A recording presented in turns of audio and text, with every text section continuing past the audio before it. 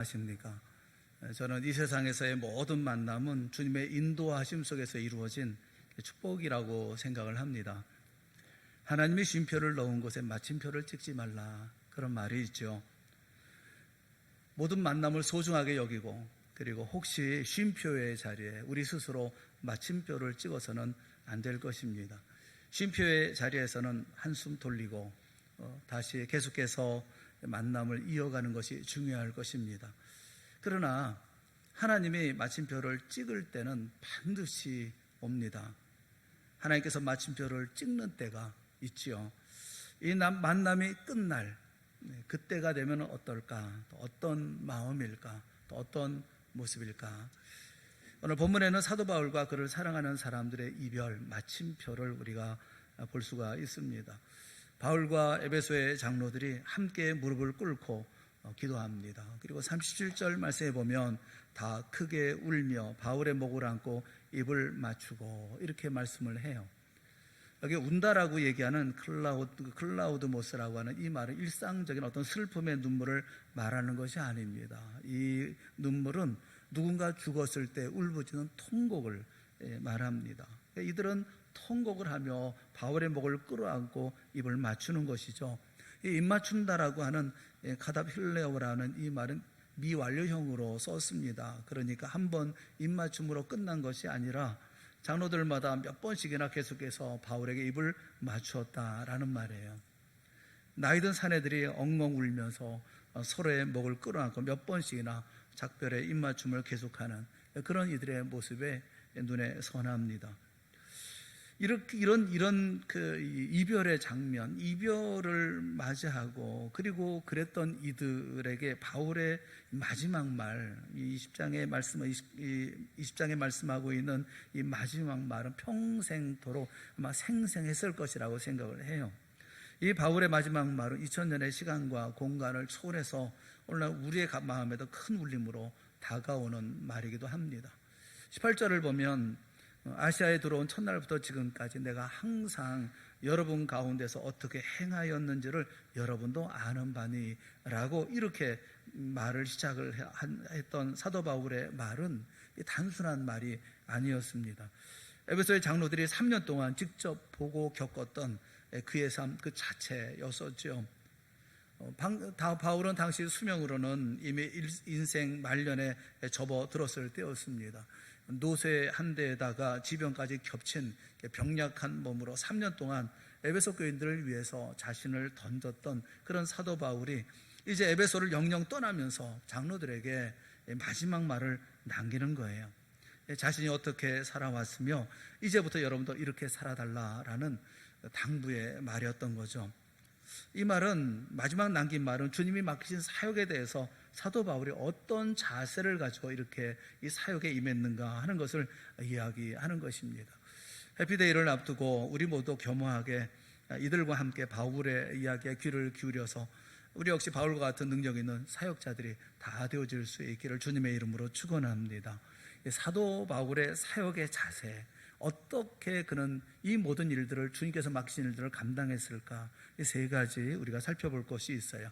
강력한 삶을 살게 했었던 세 가지 동력이 있습니다. 하나가 뭐냐면 아픈 가슴으로 살았다는 거예요. 사도행전 20장 후반부는 사도 바울의 사역에 대한 이야기인데 그 중에 하나가 뭐냐면 자신은 늘 아픈 가슴으로 살았다, 이렇게 고백을 하고 있어요. 19절의 말씀에 보면 곧 모든 겸손과 눈물이며 유대인의 관계를 인하여 당한 시험을 참고 주를 섬긴 것과, 그래서 겸손과 눈물로 참고 견디면서 이렇게 사역에 임했다라고 얘기하고 있고, 31절 말씀에 보면 그러므로 여러분이 일깨어 내가 3년이나 밤낮 쉬지 않고 눈물로 각 사람을 훈계하던 것을 기억하라. 3년이나 쉼 없이 눈물로 훈계했다, 이렇게 얘기를 합니다. 36절부터 38절은 우리가 읽은 그 말씀인데, 이 말을 한 후 무릎을 꿇고 그 모든 사람과 함께 기도하니 다 크게 울며 바울의 목을 안고 입을 맞추고 다시 그 얼굴을 보지 못하리라 한 말로 말미암아 더욱 근심하고 또 배에까지 그를 전송하니라. 남겨진 사람들을 바라보면서 그 가슴 아픈 바울의 모습, 그리고 또 떠내보내는 이들의 안타까운 마음이 느껴지는, 그 아픔이 느껴지는 그 뜨거운 이별의 장면이죠. 오늘 우리의 시대의 특징이 뭘까요? 아픔이 별로 없다는 거예요.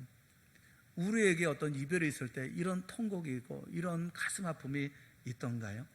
로마서를 보면 율법주의에 대해서 심하게 얘기를 해요. 디모데후서에 보면 식어진 사랑에 대해서 이렇게 표현을 하고 있습니다. 공통점이 뭐냐면 아픔을 모른다는 거예요. 예수님께서 그런 비유를 들어서 말씀하신 적이 있습니다. 마태복음 11장에 보면 어떤 비유를 들어서 우리에게 말씀하신 것이 있어요. 마태복음 11장 16절부터 19절에 있는 말씀 우리 같이 한번 다 같이 읽어보겠습니다. 시작. 이 세대를 무엇으로 비유할까? 비유하건대 아이들이 장터에 앉아 제 동물을 불러 이르되 우리가 너희를 향하여 피리를 불어도 너희가 춤추지 않고 우리가 슬피 울어도 너희가 가슴을 치지 아니하였다 함과 같도다. 요한이 와서 먹지도 않고 마시도 아니하매 그들이 말하기를 귀신이 들렸다 하더니 인자는 와서 먹고 마심에 말하기를 보라 먹기를 탐하고 포도주를 즐기는 사람이요 세리와 죄인의 친구로다 하니 그 행한 일로 인하여 옳다함을 얻느니라.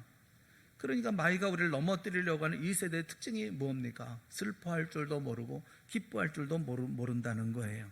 아무런 감정도 없이 그냥 살아가고 있다는 거죠. 한번 물어보죠. 여러분 최근에 진짜 슬퍼했던 적이 언제 있습니까? 평생을 놓고 한번 생각을 해보세요. 우리 평생을 한번 생각해 보면서 가슴이 찢어지게 식음을 전폐하면서 도저히 숨도 쉬지 못할 정도로 아파했던 적이 있습니까? 몇 번 없어요. 숨이 막힐 정도로 가슴이 아팠던 기억 별로 없습니다. 그런데 그게 사는 것이거든요. 아픔이 뭔지 몰라도 그저 무덤덤하게 사는 거예요. 반대로 진정으로 기뻤던 적은 언제 있습니까? 너무 기뻐서 이대로 죽어도 좋다 싶었던 때가 있었습니까? 온 우주, 온 세상의 기쁨이 내게 밀려오는 것 같은 그런 기쁨, 천국과 같은 그런 기쁨, 정말 그렇게 기뻐했던 적이 있습니까? 그것도 생각해보면 별로 없었던 것 같아요. 많은 분들이 슬픔이 뭔지도 모르고 기쁨이 뭔지도 모르고 그냥 살아갑니다. 오히려 남이 기뻐하고 슬퍼하면 그걸 정죄하기 바빠요. 세례요한은 인생 살면서 부정하는 삶을 살았어요. 세상을 보면서 세상은 타락한 세상, 그래서 먹지도 않고 마시지도 않았습니다. 세상이 주는 쾌락 누리지 않겠다는 것입니다. 세상을 부정하고 단절했어요. 그랬더니 귀신 들렸다 그렇게 말해요. 반면에 예수님은 세상을 수용하셨습니다. 예수님은 세상을 품고 세상을 변화시켰던 분 아닙니까? 그랬더니 세례요한을 비난했던 똑같은 입술로 먹기를 탐하고 포도주를 즐기는 사람이다 이렇게 평을 합니다. 꼭 청개구리 같은 심성을 가지고 있는 사람이 있어요. 무슨 일을 하든 비판하고 비난하고 악평을 합니다. 이들에게는 감정도 없고 믿음의 능력도 없어요. 아픔을 깊이 이해하는 사람, 이런 사람에게 일을 맡기면 문제가 별로 없습니다. 아픔도 알고 기쁨도 아는 감정이 살아있는 사람은 별 문제를 일으키지를 않아요. 그런데 슬퍼할 줄도 모르고 기뻐할 줄도 모르는 보이는 모든 것이 불만이고 불평인 사람에게는 항상 문제가 따릅니다. 배신하거나 공동체를 깨뜨리거나 그렇게 할 때가 참 많죠. 마귀는 우리를 웃지도 못하게 하고 울지도 못하게 하는 존재예요. 10대 때에는 그래도 인생의 의미가 뭔가, 인생의 가치가 뭘까 고민해 보지 않았습니까? 개똥철학이라고 하지만 다 해보지 않았습니까? 그런데 그 인생의 의미, 인생의 가치는 어디 가고 지금은 어디 부동산 가격이 얼마냐 여기에 관심이 많죠. 어떤 음식점이 제일 맛있냐, 맛있는 음식점은 어디냐 이거 찾아다니지 않습니까? 어떻게 하면 자리나 하나 차지할까 감투 싸움하고. 여러분 불쌍한 인생이 아니겠어요? 의미도 없고 고민도 없고 아픔도 없고 내용도 없어요. 주님 앞에 회복된다는 게 뭡니까? 아파하는 거죠. 내 죄를 바라보고 아파하고 죽어가는 영혼들을 보고 아파하고. 사랑하는 여러분, 아픔을 회복하는 여러분 모두가 되어질 수 있기를 축원합니다. 교회에 대해서 아파할 줄 알고 세상에 대해서 아파할 줄 알고 울 줄 아는 거, 그게 강력한 사역자가 되어질 수 있는 원인이라는 거예요. 여러분 무서운 게 뭐냐 하면 아파하지 않으면 나타나는 현상이 있어요. 그건 잔인해진다는 겁니다. 아파하지 않으면요 사람이 잔인해집니다. 왜 세상이 잔인해지는 줄 아십니까? 느껴지지 않기 때문에 그래요. 상대방의 아픔이 느껴지면 잔인해질 수가 없습니다. 예전에 목사님 가운데 어떤 분이 계셨냐 하면 그 복날만 되면 그분이 직접 개를 잡아가지고 요리해서 이 보신탕을 대접하는 목사님이 계셔요. 근데 저는 그분을 이해가 잘 안 되더라고요. 요리는 가능해요, 요리는. 그런데 어떻게 개를 잡아요? 죽여서 그 다음에 그거를 요리를 해가지고 이렇게 대접을 해요. 목사가. 저는 그 이해가 안 되더라고요. 그 모습을 어떻게 지켜보고 있을까 하는 생각에 이해가 잘 안 되더라고요. 우리 아이들이 저한테 그런 얘기를 합니다. 치킨은 이 맛이야. 아빠도 좀 드셔보세요. 뭐 신포동 닭강정이 제일 맛있어. 뭐 이렇게 그러면서 저한테 자꾸 먹으라고 얘기하는데, 여러분 우리 아이들이 닭 잡는 거 한번 보면요, 그거 신나게 먹을 수 있을까요? 그거? 아픔이 없기 때문에 아무렇지도 않게 먹는 거 아니겠어요? 아픔도 기쁨도 못 느낀다고 하는 것은 잠재적인 살인자가 될 수 있는 가능성이 있다는 거예요. 얼마든지 남을 죽일 수 있잖아요. 상대방을 파멸시키는 거 아니겠습니까? 사도 바울에서 배우는 게 뭐냐면 아픈 가슴이에요. 세상을 섬기고 이끌 수 있는 하나님의 일꾼이 될 수 있는 사람은 이런 아픈 가슴을 가져야 된다라는 겁니다. 아픔을 아는 자가 하나님의 사랑을 아는 거죠. 여러분 가슴을 열 수 있기를 바랍니다. 아파할 수 있는 여러분들이 되어질 수 있기를 바랍니다. 어머니의 마음이 뭐예요? 어머니의 마음이 아픔을 아는 거잖아요. 자녀들 볼 때마다 불쌍하잖아요. 결혼식에 왜 웁니까? 그 좋은 날 결혼식에 가서는 펑펑 울어요. 아니 왜 우는 거예요 도대체? 왜냐하면 보면서 여태까지 자라면서 애가 고생했던 생각하고 이제 또 결혼해서 또 살아갈 생각하니까 그것도 생각하니까 그냥 가슴이 아픈 거예요. 아프니까 즐거워서 펑펑 우는 거 아니잖아요. 가슴 아프고 그런 아이들을 보면서 이 아픈 마음이 있으니까 그렇잖아요. 여러분 우리가 마귀에 속지 말아야 합니다. 현장 속에 나가서 아픔을 느낄 수 있어야 되는 거예요. 우리 해피데이 전도한다고 얘기할 때 아픔이 없이, 이웃의 아픔이 없이, 내 가족에 향한 영적인 아픔이 없이 어떻게 우리가 해피데이 전도 잔치를 벌일 수가 있는 것이냐고요. 쉽고 간단하고 달콤한 인스턴트 같은 그런 삶에 여러분 속지 마세요.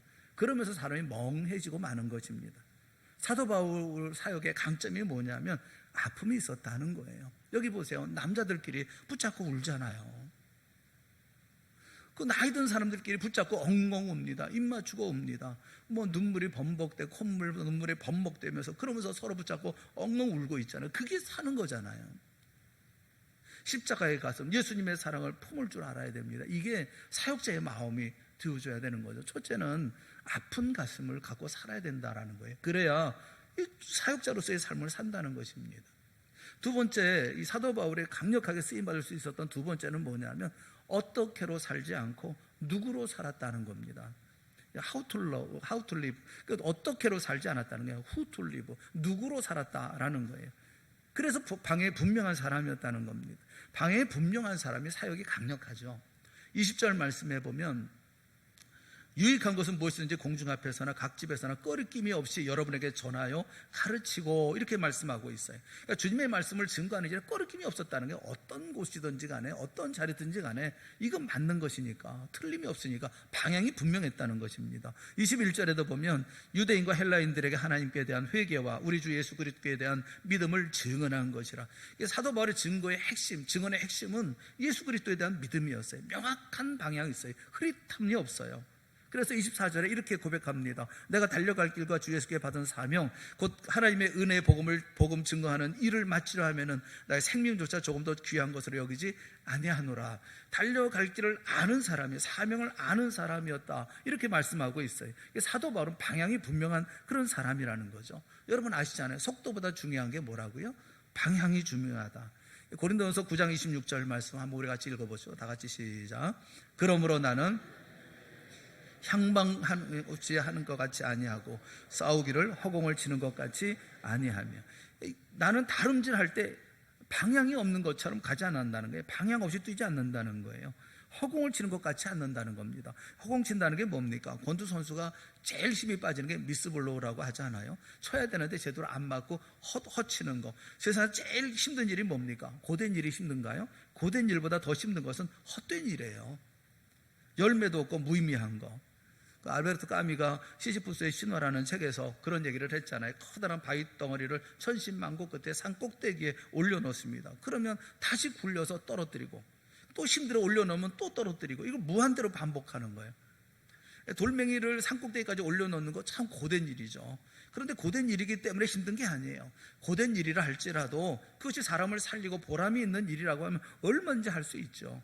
그런데 문제가 뭡니까? 그 고된 일을 마치고 난 다음에 결과가 무의미하고 헛되기 때문에 그것이 사람을 하여금 제일 힘들게 한다는 거예요. 속도가 아니라 방향이다. 사실 그거 모르는 사람이 누가 있습니까?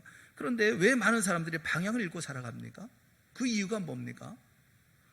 방향을 잃고 살아가는 이유가 뭡니까? 그 이유 가운데 하나는 그런 생각이 들어요. 우리가 누구로 살지 않기 때문이다 라는 생각을 해요.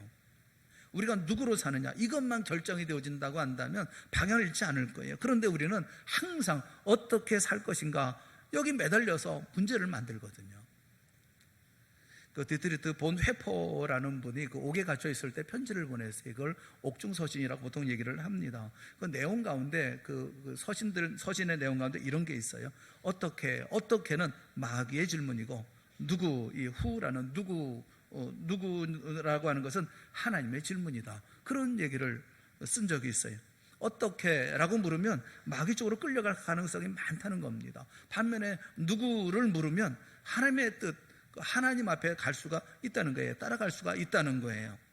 온 우주 만물을 하나님이 창조하셨잖아요. 그런데 온 우주 만물을 어떻게 만드셨을까? 하우로 묻는 결정판이 뭐냐면 그 진화론이잖아요. 어떻게라고 물으면 결국 하나님은 다 빠져버리고 진화론적인 세계관으로 갈 수밖에 없습니다. 질문을 바꿔서 온 우주를 누가 만들었느냐라고 물으면 하나님께 나아갈 수가 있죠. 세상 만사 다 그렇지 않습니까? 어떻게라고 물으면 마귀의 의도에 빠져버리고 누구라고 물으면 비로소 그 안에 생명과 능력이 나타나기 시작합니다. 이 땅에 살면서 누구로 살아가는 사람이 있고 어떻게로 살아가는 사람이 있어요. 어떻게로 살면 항상 세상 논리에 빠져서 넘어져 버리는 경우가 많이 있죠. 우리 주변에 보면 좋은 사람만 있습니까? 못된 사람도 있잖아요. 손해를 끼치고 뒤에서 욕하고 비난하는 사람들이 있죠. 내가 잘해주는데도 불구하고 은혜를 원수로 갚는 사람이 있죠. 이런 사람에게 어떻게 하우로 여러분 반응해 보세요. 어떻게 반응하겠어요? 인생의 쓴맛을 보여줘야죠. 조직의 쓴맛을 보여줘야 되고 그 쓴뿌리 잘라내야 되고. 어떻게라고 물으면 항상 이에는 이, 눈에는 눈, 인간적인 반응을 할 수밖에 없어요. 그런데 이렇게 생각해 보세요. 그 사람을 내가 미워해요. 그렇다고 해서 내가 미워하는 사람입니까? 내가 미움의 사람입니까? 잠시 화가 났을 뿐이지 나는 분노의 사람은 아니에요. 잠시 두려울 뿐이지 나는 겁쟁이는 아니에요. 우리는 어떤 감정보다 더 큰 존재이기 때문에 그렇습니다. 감정 속에 휘말려서 그 감정의 사람이 아니에요. 우리는 그 감정을 지도하는 사람이고 감정을 다스리는 사람들인 거죠. 새는 날개 크기에 상관없이 멀리 창공을 나는 존재가 새입니다. 날개 크기와는 상관없이 멀리 날아갈 수가 있는 거예요. 날개가 크기 때문에, 작기 때문에. 그렇지 않아요. 내가 누구입니까? 사랑의 사람이잖아요. 내가 누굽니까? 난 하나님의 자녀 아닙니까? 내가 누굽니까? 나는 예수 그리스도의 제자 아닙니까? 세상 사람들이 어떤 반응을 보이던 간에 그것과는 상관없이 나는 나로서 살아가는 것, 방향을 잃지 않고 살아갈 수 있는 길은 딱 하나예요. 누구로 사느냐라는 것입니다. 여러분 탕자를 보세요. 탕자의 수준은 망나니입니다. 아버지 재산 다 달라고 해가지고 난장판을 벌인 사람이 그 아들 아닙니까? 그런 그가 어떻게 아버지께 돌아갈 수가 있었겠어요? 누가복음 15장 17절 말씀해 보면 이렇게 말씀하고 있어요. 같이 봅시다. 같이 시작. 이에 스스로 돌이켜 이르되 양식이 풍족한 품꾼이 얼마나 많은가. 나는 여기서 줄여 죽는구나. 뭘 생각합니까? 누구를 생각합니까? 아버지를 생각하잖아요. 아버지를 생각했어요. 아버지를 생각했다는 것은 동시에 자기 자신이 아들이라는 걸 생각하는 거잖아요. 자기 신분을 생각하는 거예요. 신분을 생각하니까 아버지께로 돌아갈 수가 있잖아요. 내가 누군가? 나는 아들이고 그분은 아버지. 그러니까 내가 돌아갈 수 있는 거예요. 그런데 어떻게 하라고 여러분 물어보세요. 어떻게 아버지께로 돌아갈 수가 있어요? 나는 불효자이고 나는 재산을 탕진한 아들이고 아버지를 배신한 아들이고 어떻게 돌아가요? 내가 누구라고 얘기하지 않으면 돌아갈 수가 없어요. 사도 바울은 사역할 때 자기가 누구인지부터 확인합니다. 에베소 1장 1절에 보면 하나님의 뜻으로 말미암아 그리스도 예수의 사도된 바울은 내가 누구냐? 자기가 누구라고 얘기합니까? 그리스도 예수의 사도다. 그렇게 얘기하고 시작하잖아요. 오늘 본문의 24절 말씀에도 내가 달려갈 길과 주 예수께 받은 사명 곧 하나님의 은혜의 복음을 증언하는 일을 마치려 하면은 나의 생명조차 조금 더 귀한 것을 여기지 아니하노라. 그런 인생을 살 수가 있었던 거죠. 여러분 성경을 볼 때도 하나님이 어떻게 일하시는가 하는 시각으로 성경을 보아서는 안 돼요. 모든 사건의 결론이 뭐냐면 하나님이 누구신가? 이걸 우리가 알려주는 거예요. 창세기 22장에 보면 모리아산에서 아브라함이 이삭을 바칩니다. 이 사건을 통해서 뭘 말씀하시는 것입니까? 하나님이 여호와 이레의 하나님이라는 것, 모든 것을 준비하시는 하나님이라는 것, 이것이 초점이잖아요. 하나님이 누구신가? 하나님이 어떻게 하셨느냐? 내가 어떻게 아들을 바쳤냐? 이 얘기가 아니잖아요. 하나님이 어떠한 분인가? 이걸 놓치면 본질을 놓쳐버리는 거잖아요.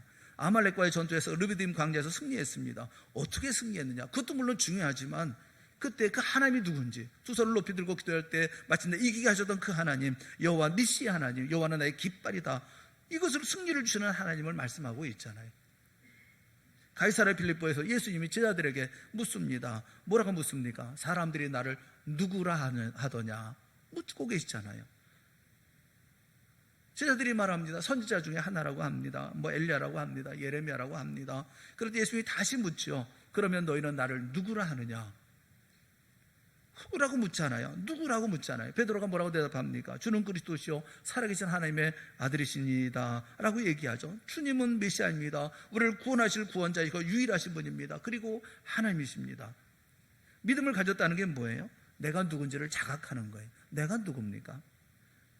물론 어떻게도 중요해요. 하우라는 것도 중요해요. 근데 이 어떻게로만 가면 무너지는 거예요.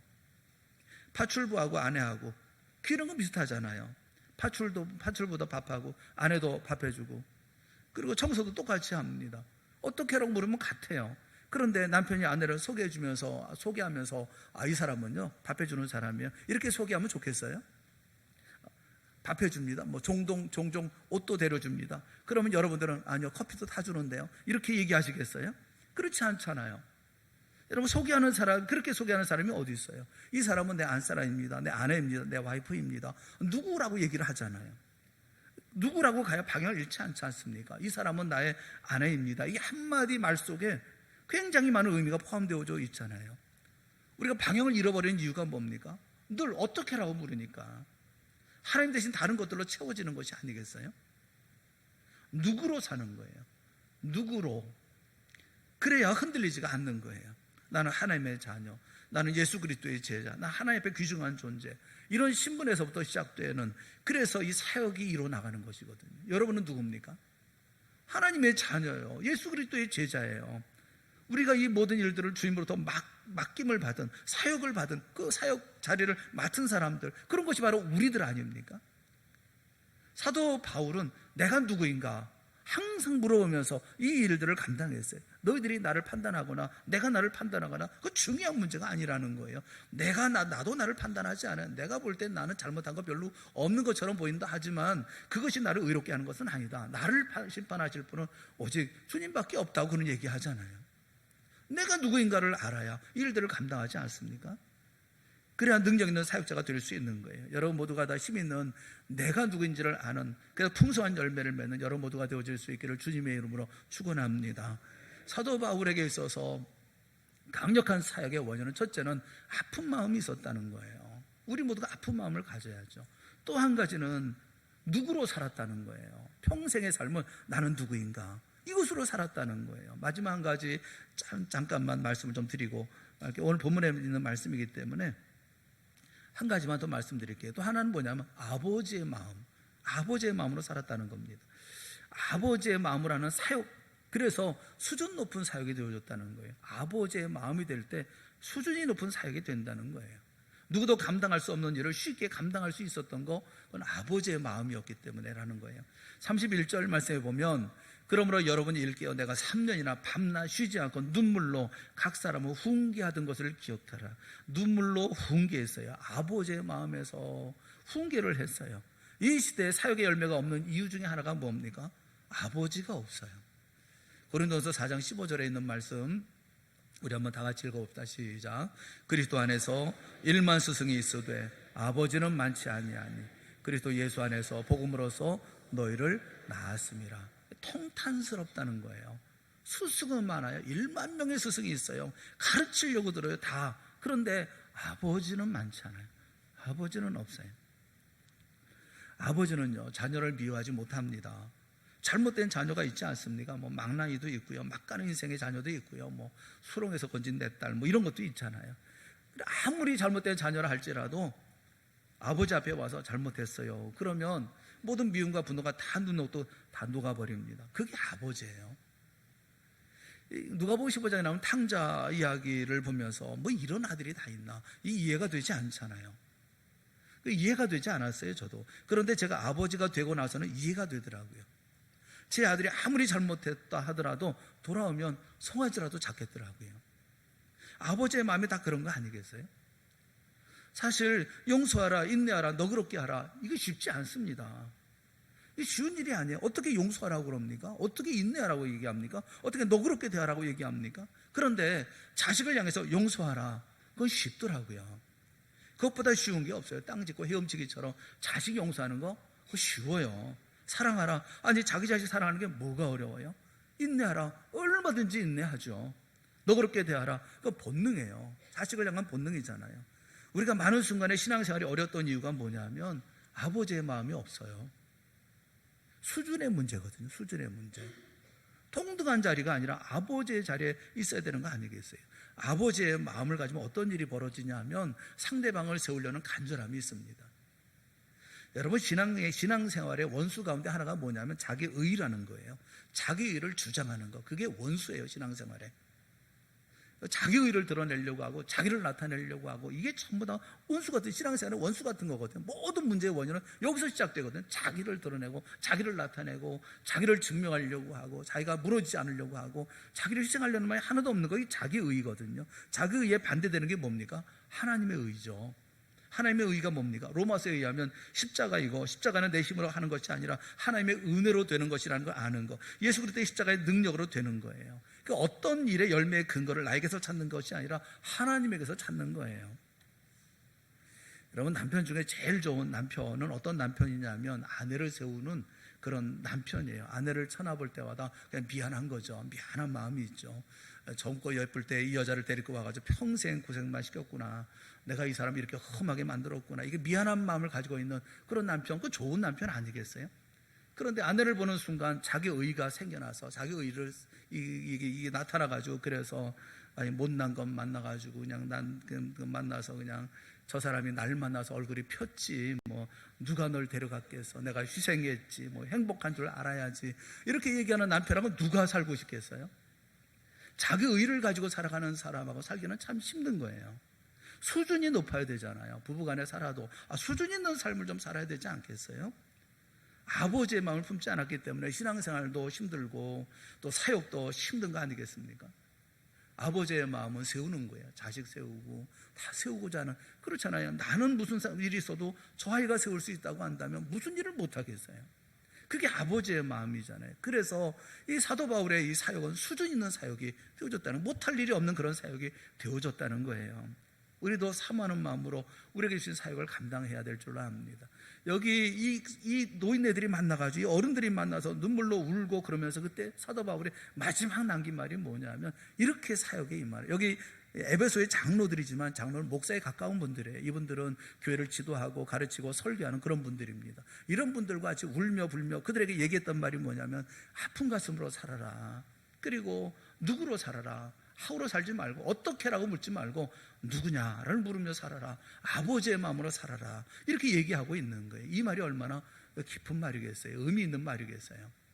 우리가 해피데이 전도잔치에 우리가 임하면서 우리가 어떤 마음을 가지고 이 전도잔치에 참여해야 할 것인가 다시 한번 돌아볼 수 있었으면 좋겠어요. 이런 사역자들이 다 되어질 수 있기를 꼭 부탁을 드립니다. 전도잔치에 이런 능력의 사역자들이 되어졌을 때 아픈 마음으로, 그리고 내가 하나님의 자녀, 하나님께 사명받은 사역자, 그리고 내가 아버지 같은 마음을 가지고 이렇게 모든 일에 임하게 되어졌을 때 우리는 수많은 사람들에게 예수 그리스도의 복음의 말씀을 정말 기쁨으로, 즐거움으로, 그리고 아름다운 열매 맺는 그런 놀라운 역사로 이 전도잔치에 임하게 되어질 줄로 믿습니다. 좋은 마음들 가지시고 내게 주어진 자리에 힘을 다해 감당해 나아가는 우리 모두가 다 되어지고, 이런 사도 바울처럼 능력 있는 사역자들이 다 되어질 수 있기를 주님의 이름으로 축원합니다. 기도하겠습니다. 사랑의 하나님 아버지, 주님께서 우리에게 주신 이 모든 사역들, 우리가 맡겨진 모든 일들을 잘 감당할 수 있기를 원합니다.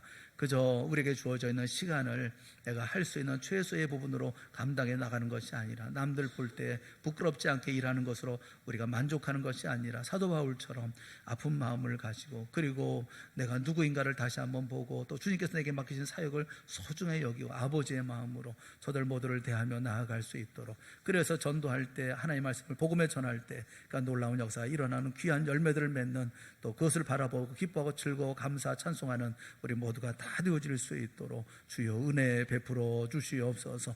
우리 사랑하는 성도들의 마음속에 이처럼 하나님께서 주시는 놀라운 성령의 놀라운 역사가 우리 가운데 임하여 이 모든 해피데이 전도잔치의 모든 날들 가운데 주님께서 주시는 특별한 영광과 역사를 보는 귀한 우리 모두가 되게 하여 주시옵소서. 예수님의 이름으로 간절히 기도드리옵나이다. 아멘. 우리 다